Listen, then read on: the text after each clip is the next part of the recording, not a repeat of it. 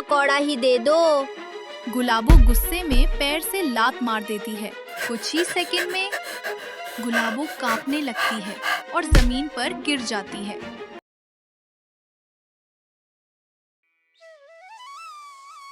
राजस्थान की धरती पर बसा था एक छोटा सा गांव, चंदनपुर। ये गांव बहुत बड़ा नहीं था, पर यहाँ के लोग एक दूसरे को नाम से जानते थे, चेहरे से पहचानते थे, लेकिन दिलों के अंदर छिपे राज कोई नहीं जानता था। सुबह होते ही गांव में अलग ही हलचल शुरू हो जाती थी। किसान अपने बैल लेकर खेतों की ओर निकल जाते, औरतें कुएं से पानी भरती, बच्चे स्कूल जाने के बहाने रास्ते में खेलते रहते। लेकिन गांव की असली हलचल होती थी चौक पर। वही चौक जहां सुबह चाय की दुकानों पर बहस होती थी, दोपहर को पंचायत बैठती थी और शाम को बुजुर्ग पुरानी कहानियां सुनाते थे।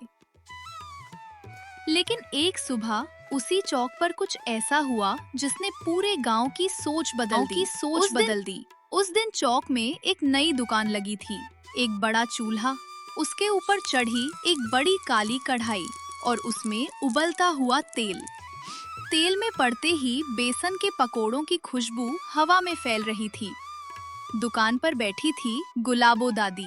उसका चेहरा झुर्रियों से भरा था, लेकिन उसकी आंखों में एक अजीब सी चमक थी। उसके पास खड़ा था उसका पोता मुन्ना।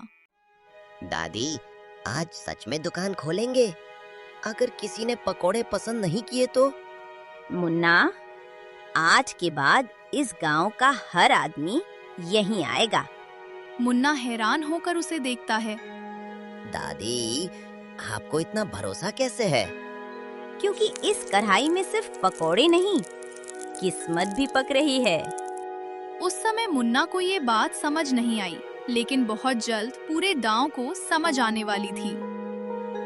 सुबह का समय, चौक से गुजरते हुए गांव के सबसे अमीर आदमी धनराज साहूकार की नजर उस दुकान पर पड़ती है। अरे ये क्या? वो दुकान के सामने रुकता है। गुलाबो दादी, राम राम। राम राम बेटा। इस उम्र में दुकान खोल ली? अब तो आराम करना चाहिए। आराम तो मरने के बाद भी मिल जाएगा बेटा, अभी तो हाथ पांव काम कर रहे हैं। धनराज कढ़ाई की तरफ देखता है। तेल में पकोड़े छन रहे हैं। तो क्या बेच रही हो? पकोड़े। अच्छा, तो फिर आज पकोड़े हो जाए। एक प्लेट पकोड़े दे दो। मुन्ना, साहूकार जी के लिए अच्छे वाले पकोड़े निकाल। मुन्ना कढ़ाई से पकोड़े निकालता है। तेल की खुशबू हवा में फैल जाती है। धनराज पहला पकोड़ा उठाता है, धीरे से मुंह में डालता है। कुछ सेकंड वो चुप रहता है, फिर उसकी आंखें अचानक चमक उठती हैं। दादी, ये तो कमाल है। ऐसा स्वाद मैंने कभी नहीं चखा। बाहर से कुरकुरा, अंदर से नरम, और मसाला तो जैसे सीधा दिल में उतर रहा है। धनराज तेजी से पकोड़े खाने लगता है। 4 और दे दो। नहीं, 8 दे दो। कुछ ही देर में धनराज 12 प्लेट पकोड़े खा चुका था। दादी, आज से ये दुकान चंदनपुर की शान है। कल मैं पूरे गांव को यहाँ भेजूंगा। और उसी पल गुलाबो की आंखों में एक अजीब चमक दिखाई दी, जैसे सब कुछ उसकी योजना के अनुसार चल रहा हो।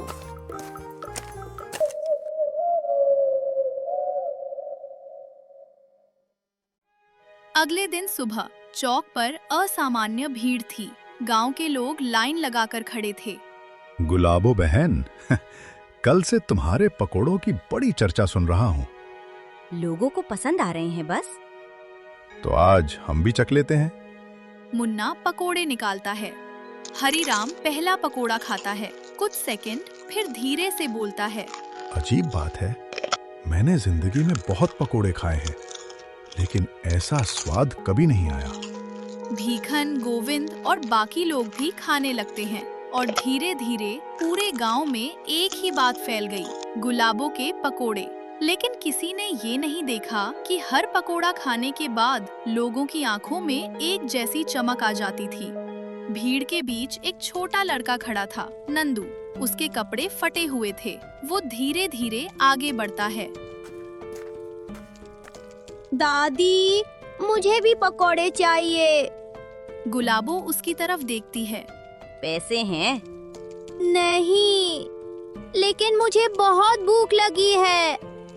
मैं बर्तन धो दूंगा, झाड़ू लगा दूंगा, बस 2 पकोड़े दे दो।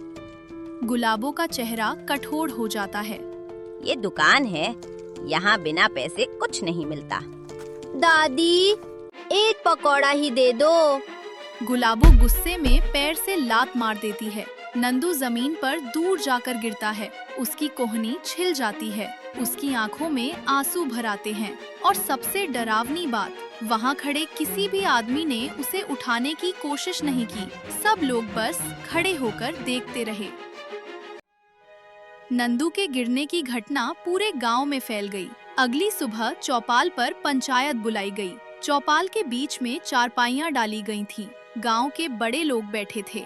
नंदू का पिता रघुवीर भी वहां मौजूद था। उसकी आंखों में गुस्सा और दुख दोनों थे। मुखिया जी, मैं सीधा सवाल पूछना चाहता हूँ। क्या इस गांव में गरीब की कोई इज्जत नहीं है? मेरे छोटे बच्चे को सबके सामने धक्का दिया गया और वहां खड़े इतने लोगों में से किसी ने उसे उठाया तक नहीं। रघुवीर, गुस्सा शांत करो। पंचायत में बात सोच समझ कर की जाती है। मैं बहुत सोचकर ही बोल रहा हूँ। मेरी बेटा झूठ नहीं बोल सकता। वो रोते हुए घर आया था। उसकी कोहनी छिली हुई थी। क्या ये सब झूठ है? चौपाल में सन्नाटा छा जाता है। कुछ लोग एक दूसरे का चेहरा देखने लगते हैं। तभी गुलाबो धीरे धीरे आगे आती है। रघुवीर बेटा, मैं बूढ़ी औरत हूँ। मेरा किसी से झगड़ा करने का इरादा नहीं था। तुम्हारा बच्चा बस जिद कर रहा था। भीड़ में धक्का मुक्की हो गई। धक्का मुक्की? या आपने उसे जानबूझकर लात मारी? सबकी नजरें अब मुखिया हरिराम पर टिक जाती हैं, क्योंकि वो उस समय वहाँ मौजूद था। मुखिया जी, आप वहाँ खड़े थे। आप सच बताइए। कुछ पल की खामोशी। हरिराम नजरें झुका लेता है, फिर धीरे से बोलता है। मैंने जो देखा वही कहूंगा। गलती बच्चे की थी। वो बार बार जिद कर रहा था। भीड़ में खींचातानी हुई और वो गिर गया। मतलब आप कह रहे हैं मेरा बच्चा झूठ बोल रहा है? पंचायत में जो सच है वही बोला जाएगा। और उसी पल चौपाल में बैठा सच चुपचाप दबा दिया गया।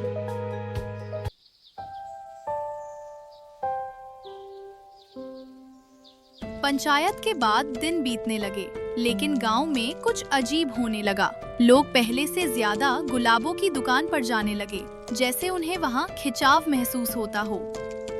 एक शाम सावित्री, हरिराम की पत्नी, अपने पति का इंतजार कर रही थी। रात काफी हो चुकी थी। दरवाजा खुलता है। हरिराम अंदर आता है। इतनी देर? पहले तो तुम सूरज ढलते ही घर आ जाते थे, अब रोज देर क्यों हो रही है? बस काम था। कैसा काम? गांव में ऐसा कौन सा काम है जो आधी रात तक चलता है? हरिराम चुप रहता है। मेरी आंखों में देखकर जवाब दो। तुम रोज गुलाबों की दुकान क्यों जाते हो? हरिराम अचानक गुस्से में बोल पड़ता है। बस जाता हूँ। हर बात का हिसाब देना जरूरी है क्या? सावित्री चुप हो जाती है। उसे समझ आ जाता है कुछ ठीक नहीं है। उधर किसान भीखन के घर उसकी पत्नी कमला उससे सवाल कर रही थी। तुम रोज शाम को गुलाबों के घर क्यों जाते हो? पहले तो तुम सीधे घर आते थे, अब रोज वहाँ क्या काम है? पता नहीं, बस जाना पड़ता है। क्यों जाना पड़ता है? किसने मजबूर किया है? भीखन कुछ नहीं बोलता। वो खाली नजरों से दीवार की तरफ देखने लगता है। अब सिर्फ एक घर नहीं, कई घरों में यही कहानी चल रही थी। औरतों को लगने लगा था कि गांव के मर्द जैसे किसी अदृश्य शक्ति के प्रभाव में आ गए हों।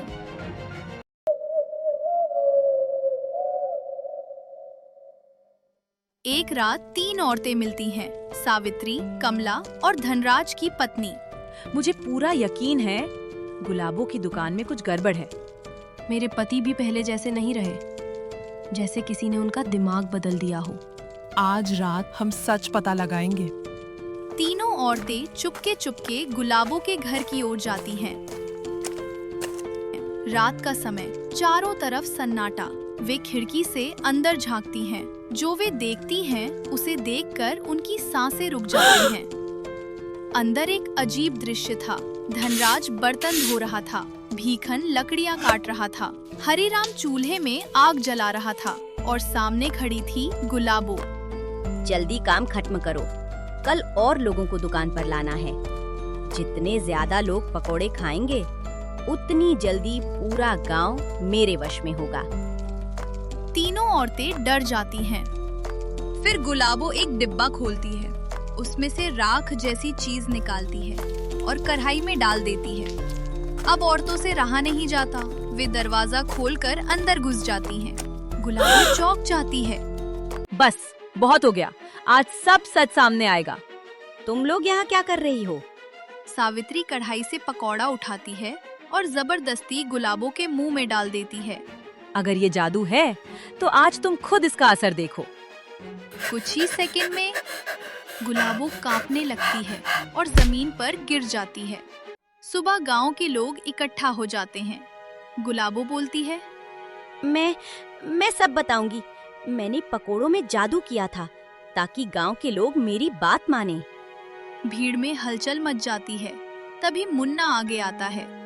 नहीं, दादी को मत दोष दो। सब उसकी तरफ देखते हैं। तेल मैं लाया था, एक बाबा ने मुझे दिया था। उसने कहा था कि इससे लोग वश में हो जाएंगे। तभी भीड़ से रघुवीर आगे आता है। उसके चेहरे पर अजीब शांति थी। अब असली सच सुनो। सब लोग उसकी तरफ देखने लगते हैं। उस तेल में कोई जादू नहीं था, बस हल्का सा नशा था। तो वो बाबा? वो मेरा आदमी था। पूरा गांव स्तब्ध रह जाता है। मैं देखना चाहता था क्या ये गांव इंसानियत को चुनेगा या लालच को। जिस दिन मेरा बच्चा नंदू जमीन पर गिरा था, उस दिन किसी ने उसे उठाया तक नहीं। उस दिन मुझे समझ आ गया, इस गांव को सच दिखाना जरूरी है। हम सच में अंधे हो गए थे। आज से इस गांव में गरीब और अमीर बराबर होंगे। नंदू धीरे से आगे आता है। अगर पकोड़े बिना लालच के बने तो क्या मैं भी खा सकता हूँ? सावित्री मुस्कुराती है। हाँ बेटा, इस बार सब बराबर खाएंगे। उस दिन चंदनपुर में कोई जादू नहीं टूटा। टूटा था तो बस लोगों का भ्रम, क्योंकि असली जादू तेल में नहीं था। असली जादू इंसान के लालच में था। अरे रुक जाओ, अगर आपको मज़ेदार कार्टून वीडियोस पसंद है तो अभी कुट कुट टून्स को सब्सक्राइब करो और बेल आइकॉन दबाना मत भूलना।